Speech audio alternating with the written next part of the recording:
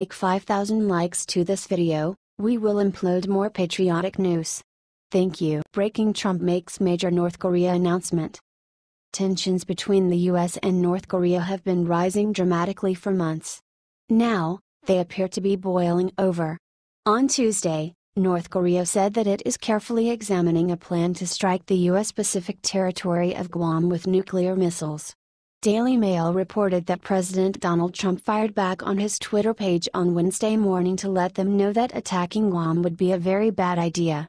"My first order as president was to renovate and modernize our nuclear arsenal. It is now far stronger and more powerful than ever before," Trump said. "Hopefully we will never have to use this power, but there will never be a time that we are not the most powerful nation in the world." Trump appears to have angered Kim Jong-un on Tuesday when he said that any attack on the US would be met with fire and fury. "He has been very threatening beyond a normal state, and as I said, they will be met with the fire and fury and frankly power, the likes of which this world has never seen before," Trump said yesterday of Kim Jong-un. "North Korea best not make any more threats to the United States," Trump warned after a reporter asked him about a nuclear standoff. The state-run KCNA news agency quickly released a statement saying that North Korea is carefully examining the operational plan for making an enveloping fire at the areas around Guam using its domestically made medium to long-range Hwasong-12 missiles. What do you think about the situation with North Korea? Let us know your thoughts in the comments section.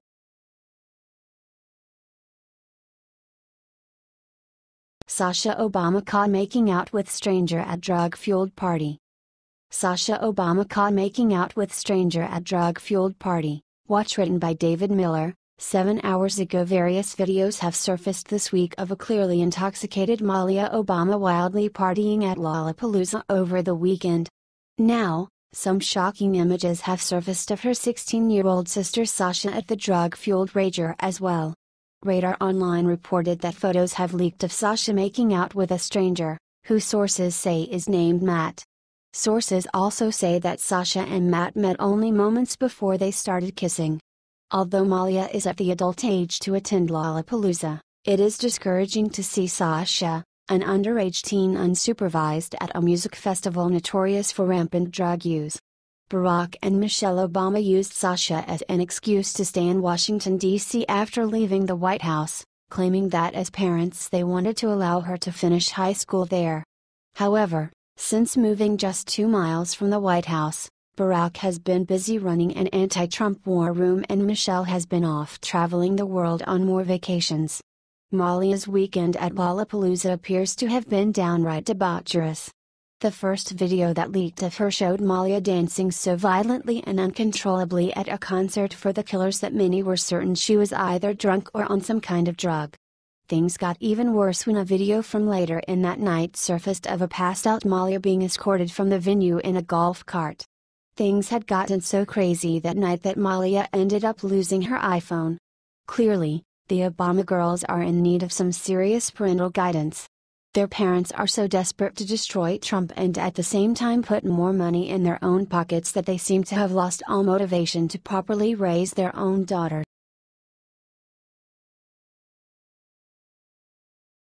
Democrats hit with huge arrest. President Donald Trump has spent months claiming that Democrats committed voter fraud in last year's presidential election, and the mainstream media has tried to make him look crazy for alleging this.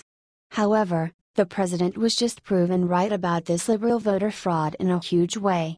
The Washington Free Beacon reported that 6 people have been arrested in Boston, Massachusetts for the buying and selling of false identification documents which were then used to allow for fraudulent voter registration. The Department of Justice found that 4 state workers at the Massachusetts Registry of Motor Vehicles teamed up with 2 other individuals to sell these documents to illegal aliens so that they could vote. The scheme involves stolen Puerto Rican Social Security cards and birth certificates that aliens could then take to the now charged RMV clerks in order to obtain driver's licenses and ID cards that would allow them to vote. The scheme involved several steps, the Dodge stated. First, it is alleged that Flacco, the document dealer, sold a Puerto Rican birth certificate and U.S. Social Security card to Bree, the document vendor, for approximately $900. Bree, in turn, sold the stolen identities for over $2,000 to clients seeking legitimate identities in Massachusetts. These clients included illegal aliens, individuals who were previously deported, and an individual who admitted to previously facing drug charges. After Flacco sold Bree the false identification papers, Bree typically used the counterfeit documents and false identities and addresses to fraudulently register the clients to vote in the city of Boston, the Dodge continued. Then, Bree and the client brought the stolen identities to the Haymarket RMV, where Medina, Gracia, Jordan, and Obramage would accept cash to illegally issue authentic RMV documents, including Massachusetts licenses and ID cards. The clerks also accepted cash to use the RMV's system to run queries, including Social Security number audits, to confirm that the identities the clients were stealing actually belonged to verifiable individuals. Each of the defendants are facing a charge of aggravated identity theft, and more people could end up being arrested as well. The investigation into the corruption and identity theft scheme is ongoing, the statement read. Share this story so we can expose this Democrat voter fraud.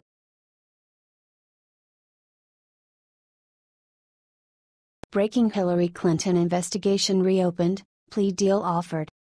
Hillary Clinton thought she was finally out of the woods when it came to the investigation into her personal email server. Unfortunately for her, however, she just learned that she was dead wrong.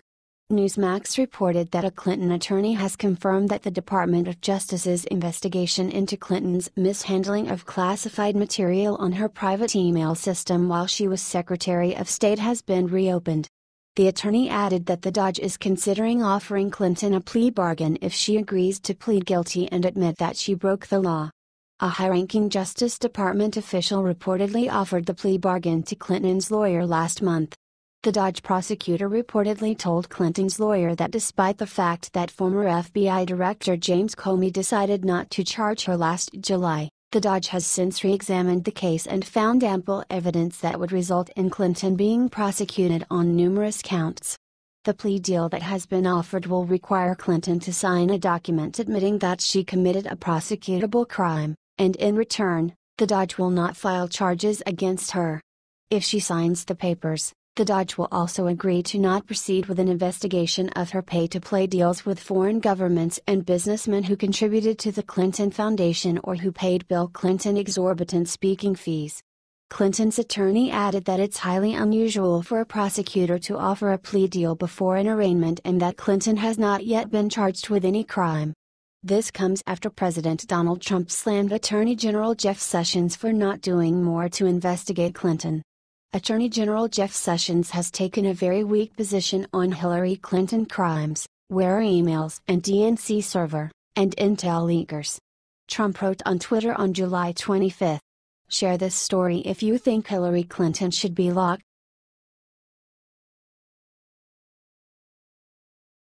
Republicans send letter to Jeff Sessions demanding he do this. The Republicans on the House Judiciary Committee sent a letter to Attorney General Jeff Sessions and Deputy Attorney General Rod Rosenstein last Thursday asking him to appoint a special counsel to investigate the 2016 presidential election. Fox News reported that Republicans, who were led by House Judiciary Committee Chairman Bob Goodlatte, RVA, warned that there are still many questions lingering from last year's election that can't be allowed to die on the vine amid the Russia probe firestorm. The American public has a right to know the facts, all of them, surrounding the election and its aftermath, the Republican lawmakers wrote. We urge you to appoint a second special counsel to ensure these troubling, unanswered questions are not relegated to the dustbin of history. The congressman would like an entirely separate special counsel probe from the one Robert Mueller is currently leading into possible Trump-Russia collusion. Republicans argue that questions about Hillary Clinton's conduct during the election with the Obama administration have been pushed back as everyone has simply focused on the alleged Russia collusion. Our call for a special counsel is not made lightly, the lawmakers wrote. We have no interest in engendering more bad feelings and less confidence in the process or governmental institutions by the American people.